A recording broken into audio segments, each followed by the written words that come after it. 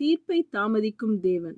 கிறிஸ்துவுக்குள் பிரியமானவர்களே, பழைய ஏற்பாட்டில் சில சமயங்களில் தேவன் பாவம் நிறைந்த ஜனங்களை முற்றிலும் அழிக்கும்படி தம் ஜனங்களுக்கு சொல்கின்றார். பெண்களும் குழந்தைகளும் கூட அழிக்கப்பட்டார்கள். அது மிகவும் கடுமையாக நமக்கு தோன்றுகிறது. சகோதரி நான்சி சொல்கிறார்கள், ஆம், தேவன் இப்படிப்பட்ட காரியத்தை செய்யும்படி சொன்னது நமக்கு புரிந்து கொள்ள கடினமாக இருக்கலாம்.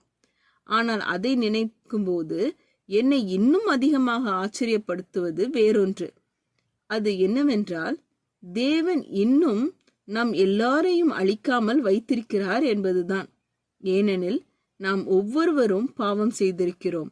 தேவனுடைய கோபத்திற்கும் நியாய தீர்ப்புக்கும் தகுதியானவர்கள். ஆனால் மீண்டும் மீண்டும் தேவன் தம் இரக்கத்தினால் தமது கோபத்தை அடக்கி வைத்திருக்கிறார். மனம் திரும்புவதற்கான நேரம் கிடைக்கும்படி அவர் தமது தீர்ப்பை தாமதிக்கிறார். இதில் இன்னும் ஆச்சரியமானது என்ன தெரியுமா? நாம் பெற வேண்டிய தேவனுடைய கோபத்தை இயேசு ஏற்கனவே நமக்கு பதிலாக ஏற்றுக்கொண்டார்.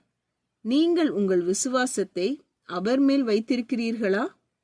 ஒரு நாள் தேவன் இந்த உலகத்தை அதன் பாவத்திற்காக நியாய தீர்க்கும் போது அந்த நாளுக்காக நீங்கள் ஆயத்தமாக இருக்கிறீர்களா? ஜெபம் செய்வோம். எங்கள் அன்பின் பரமபிதாவே, உமது இரக்கத்திற்கும் நீடிய பொறுமைக்கும் உமக்கு நன்றி. நாங்கள் பாவம் செய்திருந்தும் உமது நியாய தீர்ப்புக்கும் தகுதியானவர்களாயிருந்தும் எங்களை உடனே தண்டிக்காமல் மனம் திரும்புவதற்கான வாய்ப்பை தந்ததற்காக உமக்கு நன்றி. எங்கள் பாவத்தின் தீவிரத்தையும் உமது பரிசுத்தத்தின் மகத்துவத்தையும் உணரச் செய்யும். நாங்கள் பெற வேண்டிய தண்டனையை இயேசு சிலுவையில் ஏற்றுக்கொண்டதற்காக உமக்கு நன்றி.